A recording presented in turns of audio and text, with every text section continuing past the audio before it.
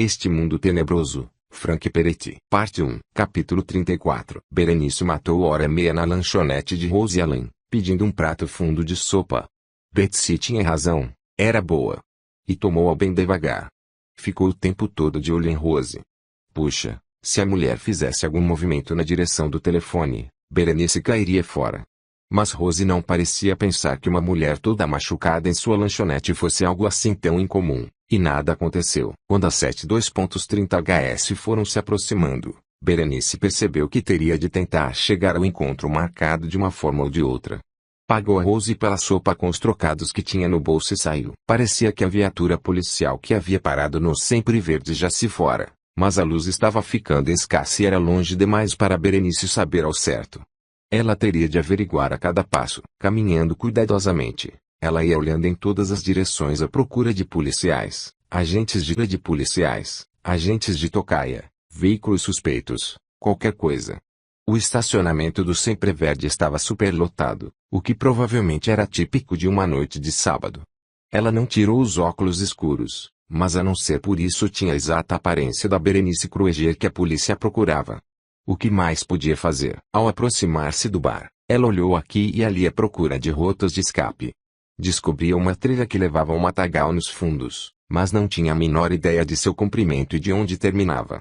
De modo geral, não parecia haver muitos lugares aos quais correr ou onde se esconder. Os fundos do Sempre Verde constituíam a parte do prédio ao qual ninguém dava a mínima importância. Os 3 carros velhos, as geladeiras esquecidas, os barris de cerveja amassados e as pilhas de mesas de superfícies arrebentadas que se enferrujavam ali e as cadeiras totalmente destruídas afastavam-se apenas o suficiente para permitir um estreito caminho que chegava à porta de trás. Essa porta também riscava sobre Berenice como uma onda, da mesma forma que a fumaça de cigarros e o enjoativo cheiro adocicado de cerveja. Ela fechou a porta atrás de si e achou-se numa caverna escura cheia de silhuetas.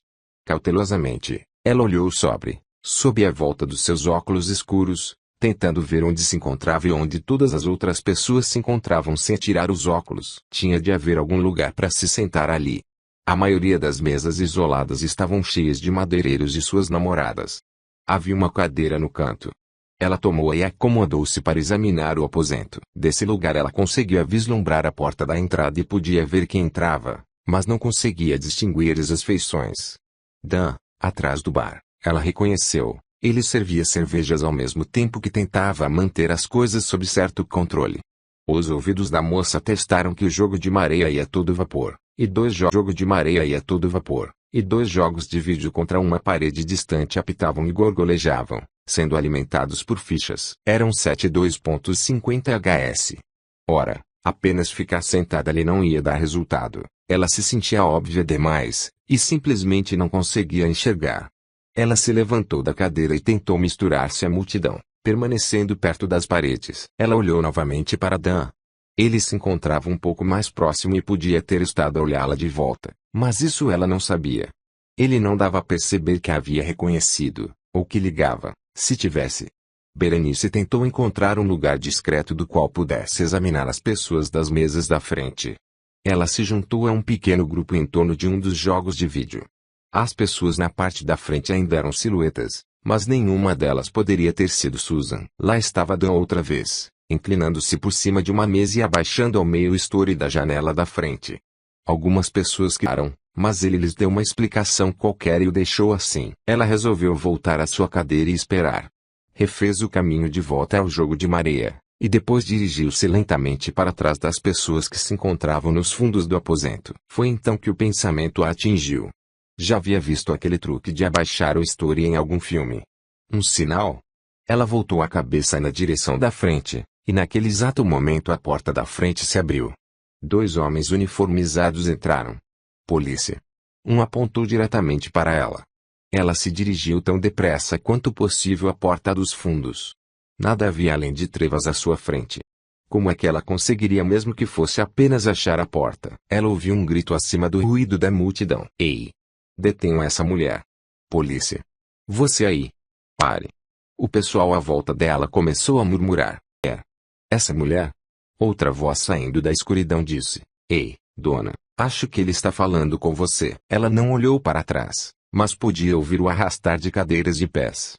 Eles estavam vindo atrás dela. Então ela viu o aviso de saída em luz verde que ficava acima da porta dos fundos. Esqueça-se desse de ficar fria. E disparou na direção da luz. Pessoas gritavam por toda parte, vindo em sua ajuda, querendo ver o que estava acontecendo. Atrapalharam os policiais, que começaram a berrar: para o lado, por favor. Saiam do caminho.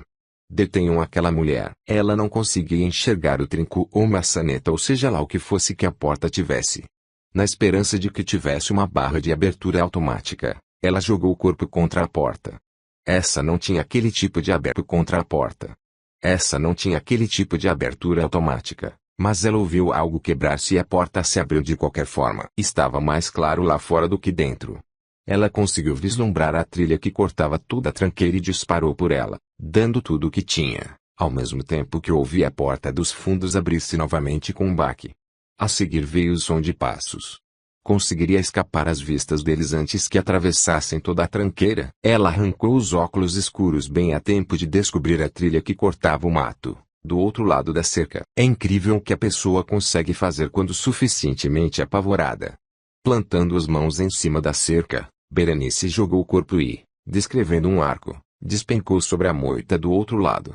Sem se deter para congratular-se, ela se deslocou como pôde pela trilha que levava ao mato. Rasteiros que conseguia ver e levando lambadas no rosto dos que não via. A trilha era macia e clara, e mantinha seus passos quietos e abafados. Estava mais escuro no mato, e vez por outra ela precisava parar abruptamente a fim de ver onde a trilha continuava. Nessas horas, ela tentava ouvir também os seus perseguidores. Ouvia uma espécie de gritaria muito distanciada atrás de si, mas parecia que ninguém havia pensado naquela trilha. Havia uma luz adiante. Ela chegou a uma estrada secundária de pedregulhos, mas hesitou entre as árvores o tempo suficiente para olhar de um lado para outro da estrada, à procura de carros, tiras, qualquer pessoa. A estrada estava silenciosa e deserta. Ela saiu depressa, tentando resolver que rumo tomar. De repente, em uma intersecção logo adiante na estrada, um carro apareceu, entrou na estrada e veio em sua direção. Eles a haviam visto. Um carro apareceu, entrou na estrada e veio em sua direção. Eles a haviam visto. Nada mais podia fazer a não ser continuar correndo. Seus pulmões arfavam, o coração doía e parecia que ia esborrachar-se de tanto bater. As pernas pesavam como se fossem de chumbo. Não podia deixar de emitir gritos de angústia e medo a cada exalação ao atravessar na disparada um campo, dirigindo-se a um aglomerado de construções à distância. Ela olhou para trás. Um vulto a seguia, correndo velozmente em encarniçada perseguição. Não. Não. Por favor, não me persiga, deixe-me escapar. Não posso continuar assim. Os prédios estavam cada vez mais próximos. Parecia uma velha fazenda. Ela já não pensava, apenas corria. Não conseguia enxergar, seus olhos estavam agora duplamente anuviados por lágrimas. Ela respirava com dificuldade, a boca seca, a dor das costelas disparando acima e abaixo em todo o lado. Ando a tropeçar a cada passo. Ela podia ouvir as passadas de quem a perseguia zunindo pela grama não muito longe. Oh, Deus, ajuda-me! Adiante encontrava-se um prédio grande e escuro, um estábulo. Ela se dirigiria para lá e tentaria esconder-se. Se encontrassem, paciência. Não aguentava continuar correndo, tropeçando, arrastando-se. Ela puxou um pé após o outro à volta de uma ponta do prédio e encontrou uma grande porta de correr meio aberta. Praticamente caiu porta dentro. No interior, achou-se na mais negra escuridão. Nessa hora, de nada lhe serviam os olhos. Ela se adiantou aos tropeções, os braços estendidos à frente. Seus pés se arrastavam no meio da palha. Os braços davam encontrões contra as vigas. Uma baia. Ela continuou. Outra baia. Podia ouvir as passadas virando o canto e... Ela se jogou para dentro de uma baia e tentou abafar seu arquejar. Estava a ponto de desmaiar. As passadas tornaram-se mais lentas. O perseguidor estava encontrando a mesma escuridão e tateando em busca da passagem. Mas estava cada vez mais perto. Berenice afundou-se mais ainda na baia, perguntando-se se haveria alguma forma de se esconder. Sua mão encontrou uma espécie de alça. Ela palpou um cabo. Um forcado. Ela o tomou nas mãos. Teria coragem de usar aquela coisa sangue frio? Os passos adiantavam-se metodicamente. O perseguidor estava examinando cada baia, atravessando o estábulo. Berenice via um raiozinho de luz rebuscando aqui e ali. Ela ergueu bem alto o forcado enquanto a costela quebrada a castigava em protesto. Vai se arrepender bastante por ter me seguido, pensou ela. Estava jogando pelas leis da selva a esta altura. Por ter me seguido, pensou ela. Estava jogando pelas leis da selva a esta altura. Os passos estavam muito próximos agora. O raiozinho de luz estava logo ao lado da abertura. Ela estava pronta. A luz brilhou em seus olhos. Uma exclamação abafada. Vamos, Berenice. Jogue o forcado. Seus braços não se moveram. Berenice Krueger? Perguntou uma voz abafada, de mulher. Berenice não se moveu. Segurando alto o forcado, ainda arquejante, o pequenino facho de luz iluminando seus olhos transtornados, enegrecidos, e seu rosto apavorado. Fosse quem fosse, a pessoa afastou-se abruptamente ao dar com ela e sussurrou, Berenice, não. Não atire isso. Essas palavras fizeram com que Berenice sentisse recrudescer o desejo de atirar aquela coisa. Estava choramingando e arquejando. Berenice, veio a voz, é Susan Jacobson. Estou sozinha. Ainda assim Berenice não abaixou o forcado. Por um momento ela ultrapassara os limites da racionalidade, e palavras nada significavam. Está me ouvindo? Veio a voz. Por favor, abaixe o forcado. Não a machucarei. Não sou da polícia, prometo. Quem é você? Perguntou Berenice por fim, a voz arquejante e trêmula. Susan Jacobson, Berenice traço. Ela repetiu lentamente. Susan Jacobson, a antiga companheira de quarto da sua irmã Patty. Tínhamos um encontro marcado. Foi como se Berenice subitamente se recobrasse de uma alucinação ou de um pesadelo. O nome enfim penetrou-lhe a mente e a despertou. Você, arquejou ela. Tem de ser uma piada, não é? Sou eu? Susan dirigiu o facho da pequena lanterna ao próprio rosto. Os cabelos negros e a tez pálida eram inconfundíveis, embora as roupas pretas tivessem sido substituídas por calças de brim e uma jaqueta azul. Berenice abaixou o forcado. Depois largou e emitiu um gemido abafado, tapando a boca com a mão. Percebeu de repente que estava sofrendo dor excruciante. Caiu de joelhos sobre a palha, os braços em torno das costelas. Você está bem? Perguntou Susan. Apague essa luz antes que eles a vejam. Foi tudo o que Berenice disse. A luz apagou-se. Berenice podia sentir a mão de Susan tocando-a. Você está machucada, disse Susan. Eu tento manter tudo em perspectiva, arquejou Berenice. Ainda estou viva. Encontrei viva a verdadeira Susan Jacobson. Não precisei matar ninguém. A polícia não me encontrou. E estou com uma costela quebrada. Colocou os braços em torno de Berenice com o propósito de confortá-la. De leve, acautelou Berenice. Afinal de contas, de onde é que você surgiu? Como me encontrou? Eu estava vigiando o bar do outro lado da rua, esperando para ver se você ou Kevin apareceriam. Vi a polícia entrar e você sair correndo pelos fundos, e percebi imediatamente que era você. A turminha da faculdade costumava vir sempre aqui, por isso eu conhecia a trilha que você tomou, e sabia que ia dar naquela estrada lá. Dei a volta com o carro, pensando em cortar-lhe o caminho e fazê-la entrar no carro comigo, mas você estava muito adiante e saiu correndo. Berenice deixou a cabeça pender um pouco. Sentiu o afluxo das emoções novamente. Eu costumava pensar que jamais havia visto um milagre, mas já não tenho tanta certeza. Hank terminou a sua história e, incitado por Marshall, havia dado cabo da maior parte do jantar. Marshall começou a fazer perguntas, às quais Hank respondia com o conhecimento que tinha das escrituras. Então, disse Marshall, cismando, quando os evangelhos falam a respeito de Jesus e seus discípulos expulsarem espíritos imundos, era o que estavam realmente fazendo? Era o que estavam realmente fazendo, respondeu Hank. Marshall reclinou-se contra as grades e continuou a pensar. Isso verdadeiramente explicaria uma porção de coisas. Mas e Sandy? Você acha que ela está? Não sei ao certo, mas poderia estar. A pessoa com quem falei ontem. Não era ela. Ela estava simplesmente doida. Você não teria acreditado. Ele percebeu o que dissera. Pensando melhor, acho que provavelmente acreditaria. Hank estava excitado. Mas você não percebe o que aconteceu? É um milagre de Deus, Marshall. Todo esse tempo, você estava examinando essa chantagem e tramóia, e sem entender como essas coisas podiam estar acontecendo com tamanha facilidade e força, especialmente na vida particular de tantas pessoas. Ora, agora você já tem o seu como. E agora que me contou o que descobriu e tudo por que passou, eu tenho meu porquê. Todo este tempo tenho encontrado poderes demoníacos nesta cidade, mas nunca realmente descobri o que estavam tramando. Agora sei. A nossa reunião tem de ser coisa do Senhor. Marshall deu com um sorriso torto. E então, aonde isso nos leva, pregador? Eles nos trancafiaram. Não nos permitiram comunicar de forma alguma com nossas famílias, amigos, advogados, ou ninguém. Tenho a impressão de que nossos direitos constitucionais não vão valer muita coisa na atual conjunto, em vez de Yankee reclinar-se contra a velha parede de concreto e pensar. Essa parte é só Deus quem sabe.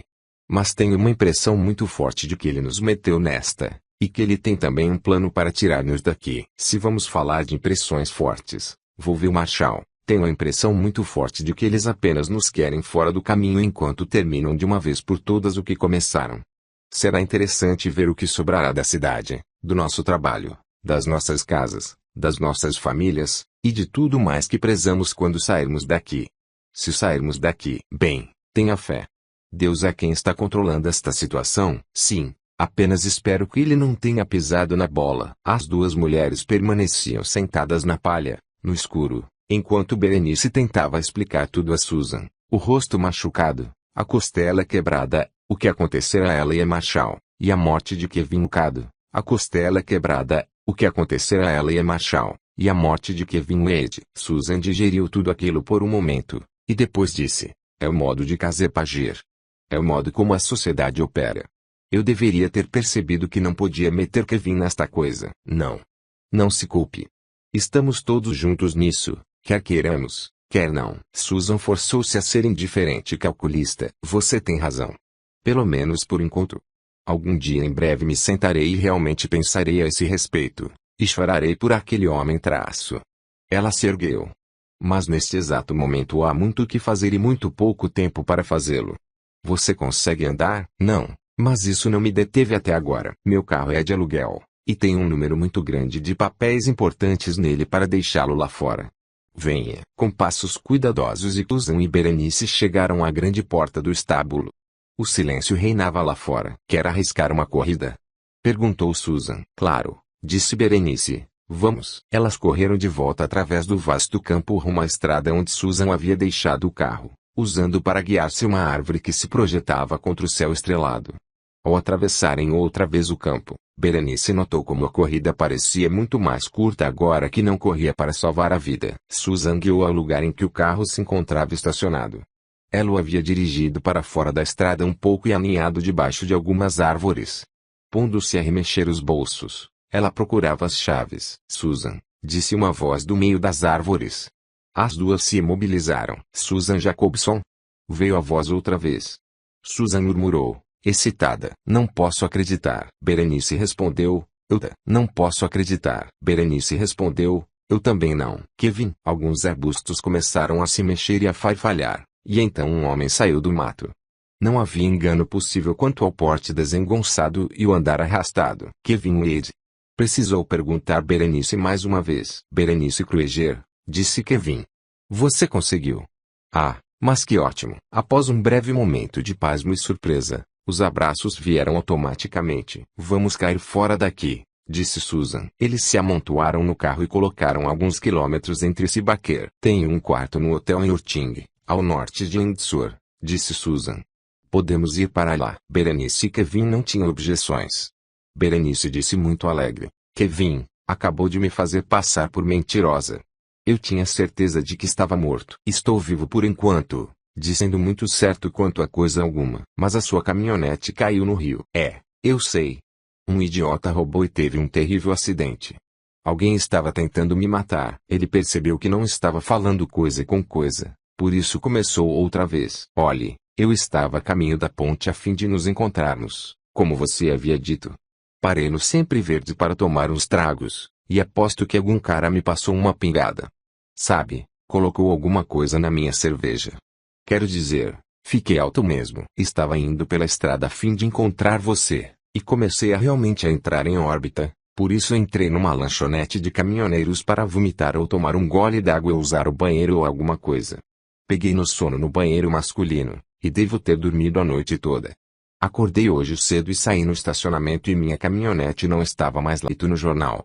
Ainda devem estar dragando o rio à procura do meu cadáver. É óbvio que fomos todos marcados por Casep sua rede, disse Susan, mas acho que alguém está cuidando de nós.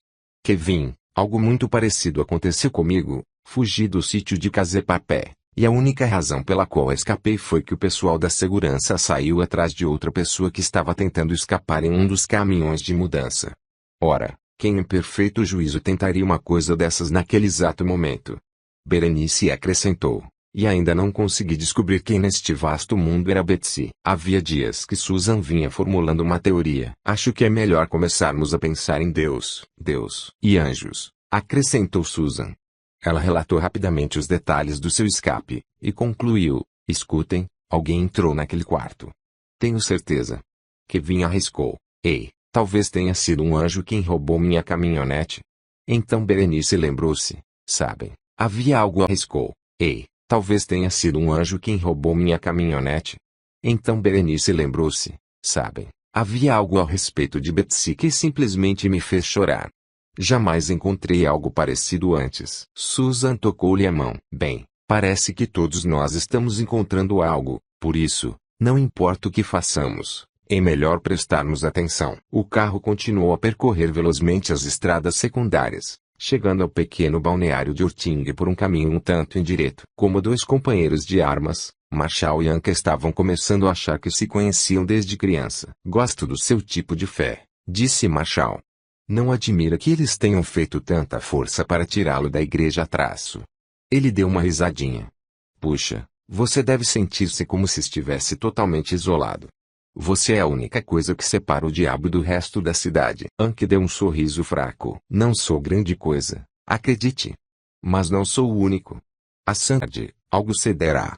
Deus não permitirá que Satanás se aposse desta cidade com tanta facilidade. Marshall apontou o dedo para Anke, chegando até a sacudi-lo um pouco. Está vendo só? Gosto desse tipo de fé. Bem direta, arriscando tudo. Ele meneou a cabeça. Puxa vida. Quanto tempo faz que alguém a apresentou dessa maneira? Anke temperou as palavras com sal, mas sabia que havia chegado a hora de falar. Marshall, já que estamos falando tão diretamente aqui, arriscando tudo, que me diz de falarmos sobre você? Sabe, pode haver outras razões pelas quais Deus nos colocou juntos nesta cela. Marshall não se mostrou nada defensivo, mas sorridente e disposto a ouvir. O que vamos fazer? Falar do destino da minha alma eterna. Anke devolveu-lhe o sorriso. É exatamente disso que vamos falar. Falaram a respeito do pecado, a tendência exasperante e destrutiva que o homem tem de afastar-se de Deus e escolher o seu caminho, sempre em prejuízo próprio. Isso os levou. Tantas das atitudes e ações eram resultado direto da vontade própria básica e humana e da rebeldia contra Deus. Marshall meneou a cabeça ao ver as coisas por esse prisma. Olhe, nossa família nunca conheceu a Deus. Era apenas uma representação. Não admira Sandy não aceitar nada daquilo. Então Anke falou de Jesus, e mostrou a Marshall que esse homem cujo nome era julgado para cá e para lá com tanta displicência, e mesmo pisoteado no mundo, era muito mais do que um símbolo religioso, uma personalidade remota e intocável num vitral colorido. Era o real, vive pessoal Filho de Deus, e se dispunha a ser o Senhor e Salvador pessoal de qualquer pessoa que lhe pedisse. Jamais pensei que estaria deitado aqui ouvindo isto, disse Marshall subitamente. Você realmente está me acertando onde dói, sabia? Bem, disse Anke, por que você acha que aconteceu assim? De onde vem a dor? Disse Anke, por que você acha que aconteceu assim? De onde vem a dor? Marshall respirou fundo e tomou algum tempo para pensar. Acho que de saber que você está certo, o que significa que estive errado por longo tempo. Jesus o ama mesmo assim. Ele sabe que